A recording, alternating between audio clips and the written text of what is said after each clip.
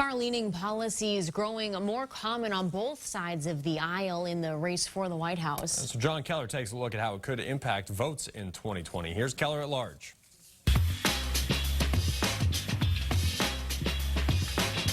Good morning, and thank you very much for joining us on this Independence Day weekend, along with wishing America a very happy birthday.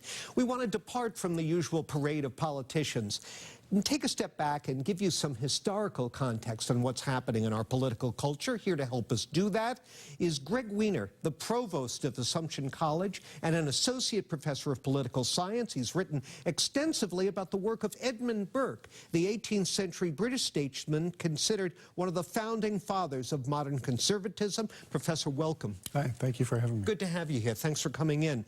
What would Burke make of Donald Trump? Well, Burke was a great defender of prudence and moderation. And moderation, not simply as defining the middle between wherever the extremes are, but of what he called a moral timidity, a humility about what one could know and what one did know. I might not always have the right answer. Right. So Trump might not be his cup of tea, then. I don't think he would be. No. Yeah.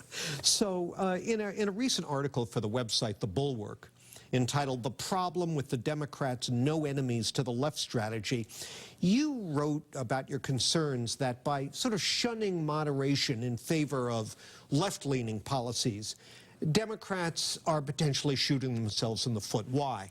Well, the problem is not that the policies are substantively far left. They can defend the substance of those policies. The problem is the mechanism by which they're getting there, which is a sort of ideological auction, which is another phrase that Burke used, in which the furthest left candidate necessarily wins.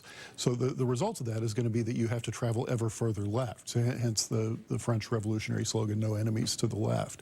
And where they're going to end up, if that process continues, is out of touch with the mainstream voter, who's essentially in America a moderate.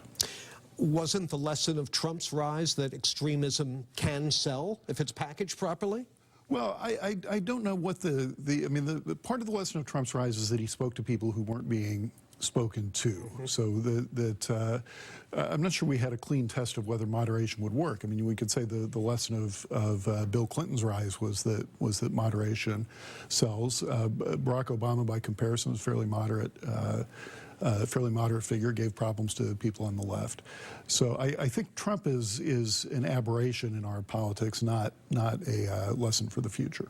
Well, if this move left is a potential problem for Democrats when we get to a year from November, what does history suggest they should be doing instead?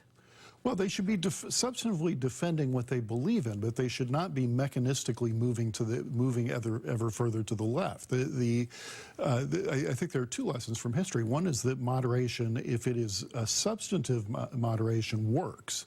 Right? The second is this is a fundamentally centrist country that where classically we have about 20 to 30% of voters in the middle who are leaning either way, and that's the group to whom you have to appeal.